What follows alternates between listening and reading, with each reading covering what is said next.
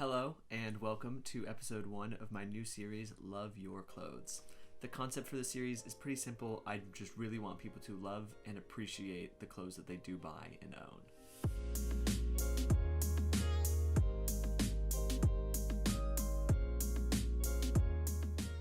Clothing waste is a bigger problem now than ever before. And with the constant shrinking of the fashion cycle, it can feel impossible to keep up with trends unless constantly adding to your closet and donating or getting rid of the old stuff.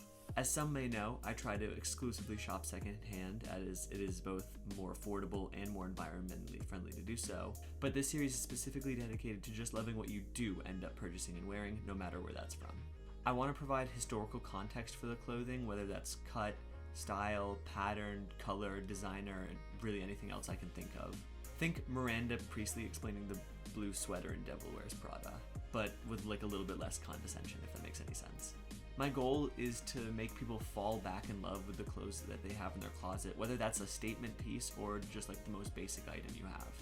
The more we understand our clothes, the more we appreciate them and the greater connection we can have with them. I'm not sure I'm like the right guy to make the argument for minimalism, but we should all just be a little bit more conscious of the purchasing decisions we make, how we care for our clothes, how we can understand the countless hours that go into every garment we find, and lastly, how we can reduce our clothing waste.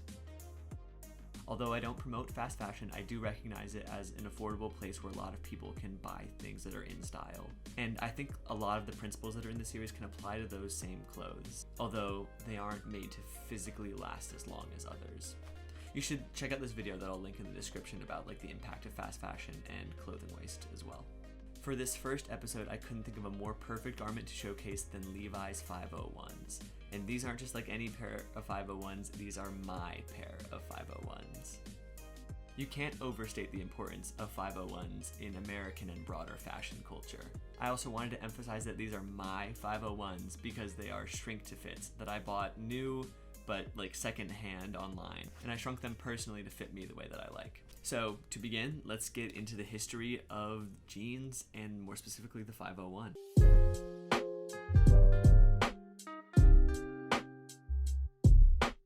Levi Strauss, along with his partner Jacob Davis, literally invented the blue jean in 1873 when they jointly decided to strengthen denim overalls with copper rivets at the stress points and were granted a US patent. The patent was eventually going to go to public domain, so Levi's added the iconic arcuate stitch pattern on the back pocket, which is still there to this day, and a leather patch on the back to distinguish their brand from other jeans which would inevitably come along.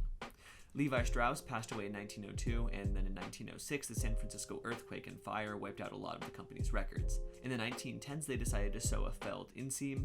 Belt loops were added to abide by recent fashion trends in 1922, and the red tab was stitched into the right back pocket in 1936 to further distinguish their brand's jeans. After World War II, the modern 501 starts to take form, as many of the design elements are reestablished after conservation of raw materials during the war forbid them. A zippered 501 was introduced in 1954, and the traditional leather patch became heavy-duty cardstock so the jeans could be better tumbled in washing machines and to save costs. In 1961, pre-shrunk Levi's were introduced, which I'll dive into later, and Levi's began advertising their jeans on TV in 1966. Women's 501s were introduced in 1981, and a bunch of other small changes back and forth on rivet placement, stitching, and other details were changed throughout the years. As of today, the 501 is 149 years old and is still a staple of American fashion and workwear alike.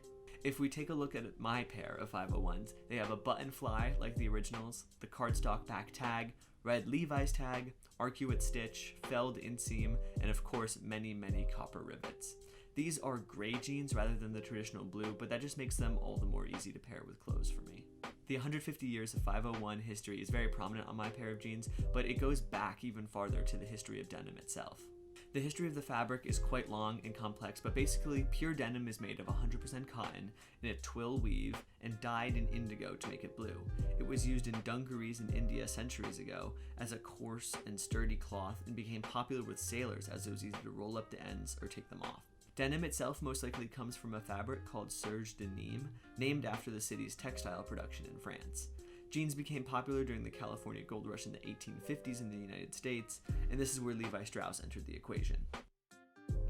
Denim is typically a warp-faced cotton twill with the weft passing under 2 or more warp threads, which makes the distinctive diagonal ribbing. The warp thread is normally dyed blue with indigo, making the traditional blue denim that we all recognize, and that leaves white undyed weft thread underneath on the inside of the garment. Denim is made on looms. Most today are shuttleless that make large bolts of the fabric, but sometimes they are made on shuttle looms that produce a selvage at the edge of the fabric. Most 501s in mine here are made with denim woven on shuttleless looms, which is just generally cheaper to produce.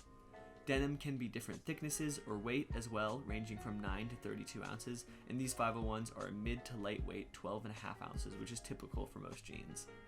Most jeans today are pre-treated for a variety of reasons, from fit to style.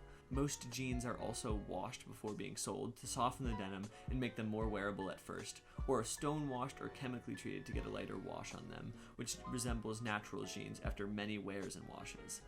There are some different ways to achieve these aesthetic effects, but most can be damaging to the environment or use excessive amounts of water. I suggest watching another video that I'll link in the description to understand a little bit more about these processes and how jeans really are made in modern factories. More importantly, almost all jeans are sanforized, which is a process used to reduce shrinkage from washing a fabric.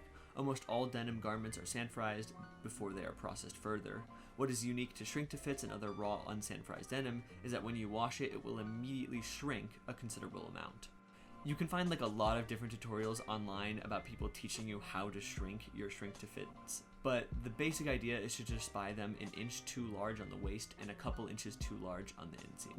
For instance, I wear a 30 by 32 in normal Levi's and most other pants, so I purchased my shrink to fits in a 31 by 34. And then I washed the pants by submerging them in a hot bath, literally just in my bathtub, and then letting them dry on towels until they were almost dry, and then wearing them a little wet for a few hours until they totally dried. And I really looked like a madman doing this, and certainly was not comfortable sitting at my desk doing work in moist jeans. But this way the jeans have the ability to shrink to your exact waist. Since this process, I have worn these jeans countless times and I'm actually yet to wash them again. But the more you wear raw denim, the more character you put into them and the better they fit you. People really like to get into this stuff, and it's much more visible on darker indigo or black raw denim, but raw denim is such a unique fabric that will outwardly show its wear to a viewer. You can see whiskers or honeycombs near the stress points around your hips and knees where the fabric is constantly creasing and bending as you walk and live in your jeans. Additionally, the more you wear and subsequently wash your denim, the softer it'll get and the more perfect it'll fit and move with your body. There's so much more to learn and dive into in the denim and jean world, but the 501 with its simple straight leg is honestly the perfect jean for me. It will never go out of style and it can be worn with basically anything. Levi's today is campaigning for buy better, wear longer to combat our world's overconsumption crisis. They are finding new ways to produce, source, and innovate to use less water and energy in their production. They want people to quite simply buy better and smarter and to wear each piece longer, which is exactly what I'm for. This video isn't sponsored by Levi's though, so I encourage you to shop secondhand if you can to make an even bigger impact.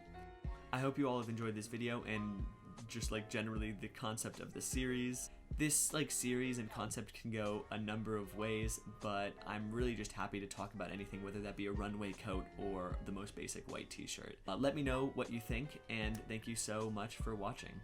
Bye.